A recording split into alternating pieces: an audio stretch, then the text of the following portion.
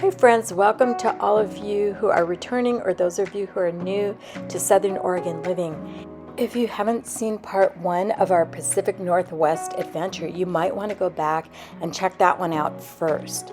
In this video, we'll begin the journey showing you our travels leaving Southern Oregon on what was a particularly smoke-filled sky the day we left, traveling north, going through Portland,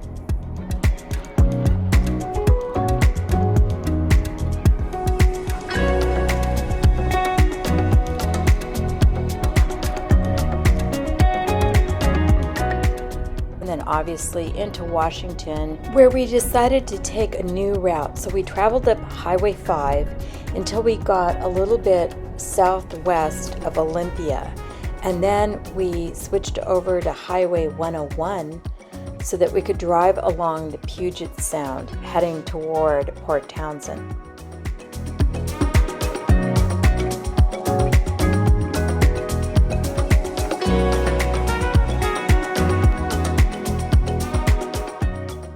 And when we drove by this place called Hama Hama, I asked Jeff if he would just turn around and let us stop because it just looked amazing what was going on here. And it turned out that this was like an oyster bar restaurant right on the Puget Sound. And the picnic tables were little eating places that were underneath A-framed shelters. And each little eating space had its own private heater right above the table. So obviously in that climate in the Pacific Northwest, you could still enjoy your meal whether it was cold or windy or rainy out. I just love the classic Pacific Northwest vibe, like being able to bring your pooch there and just be right on the sound and eating food that's coming right from those waters. The term Puget Sound is used not just for the body of water, but also the Puget Sound region, which is centered on the Sound. And major cities on the Sound include Seattle, Tacoma, Olympia, and Everett. Puget Sound is also the second largest estuary in the United States, after Chesapeake Bay in Maryland and Virginia. The amount of oyster shells was staggering. Besides this big hill of oyster shells, there were these containers of them all over this area.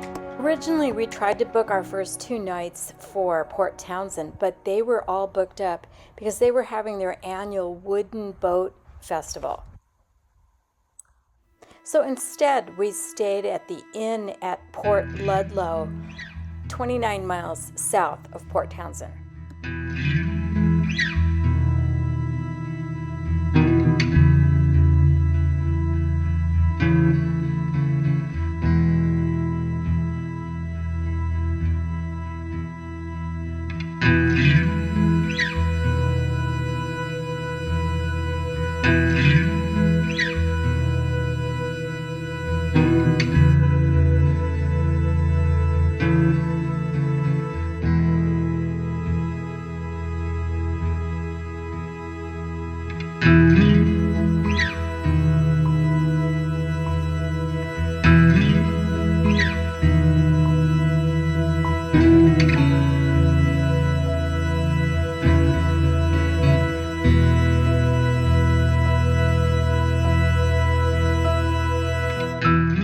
And here's a peek inside our room. We had a really lovely jet tub in our room, and it had these opening window doors that could open or close onto the sleeping area.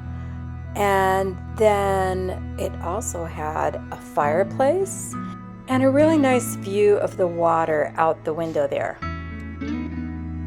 I appreciate some of the little touches at the inn at Port Ludlow, like the way they folded the towels, the quality and texture of the bathrobes, this great smoothing shea butter lotion bar, and the organic, artesian, and locally crafted bath salts.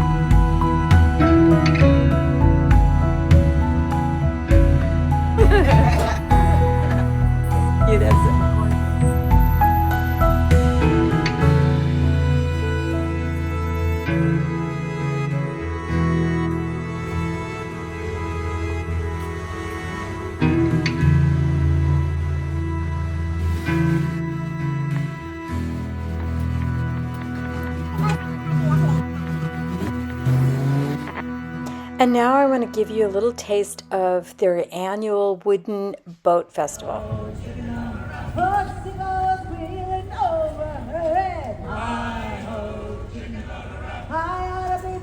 In my feather bed, I heard chicken on a rock on a Monday morning. Oh, what a terrible sight to see! Beautiful clipper bow there. Thanks for being Australia, all the way you rolling king. Heave away, haul away. Girl loves them gooey ducks. Heave away, haul away. She pulls and pulls till they come unstuck. We're bound for South Australia.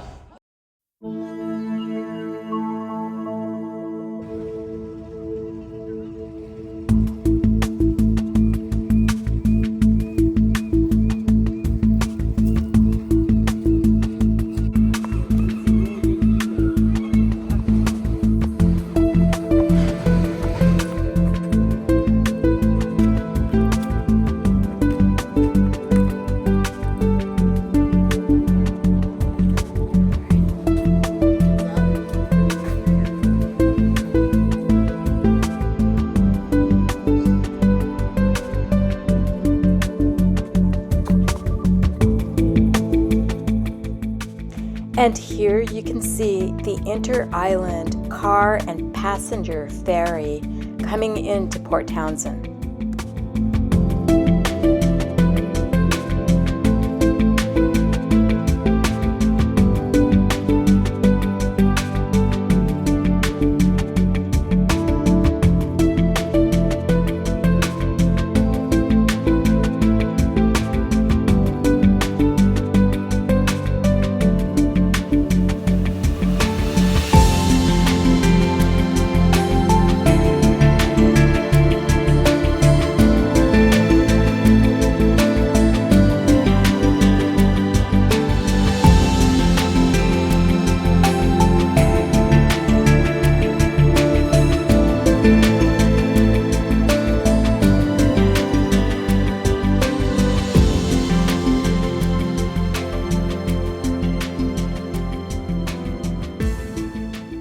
After 2 delightful days in the Port Townsend area, we boarded on the ferry to go over to Whidbey Island.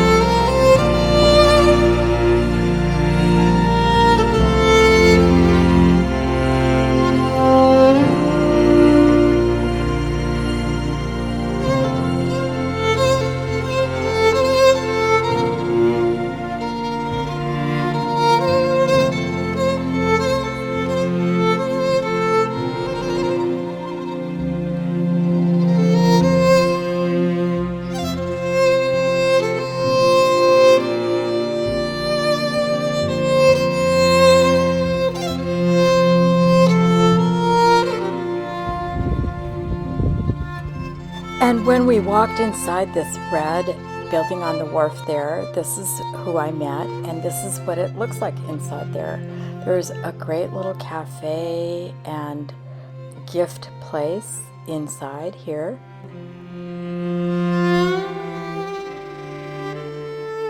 And lovely, made from scratch, freshly baked goods as well.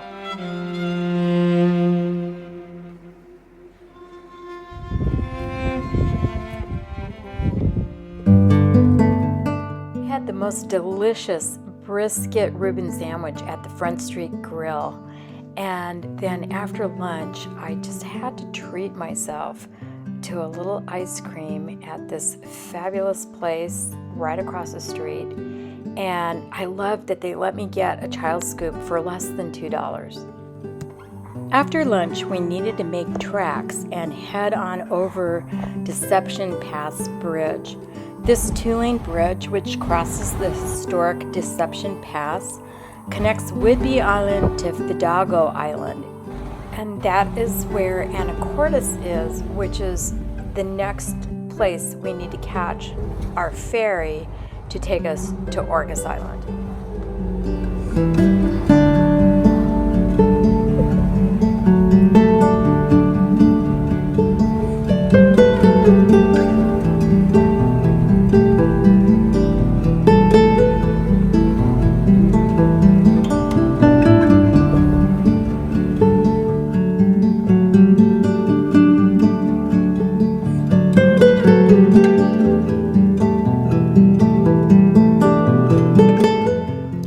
When you drive around Anacortes, you'll see all kinds of really cute old world art and murals that were created by native artist and historian Bill Mitchell as part of the Anacortes Mural Project, which he launched in 1984.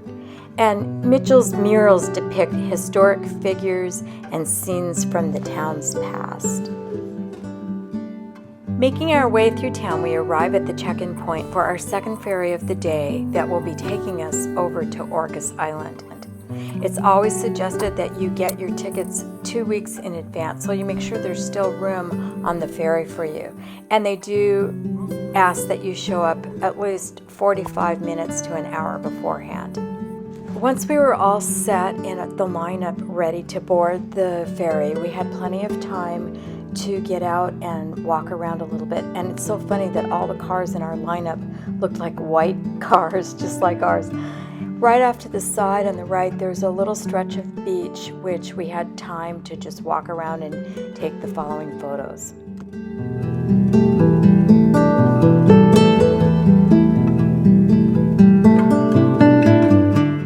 Thanks so much for coming along with us on this journey of part 2, and part 3 is coming up soon, and it's going to be Orcas Island, one of my all-time favorites.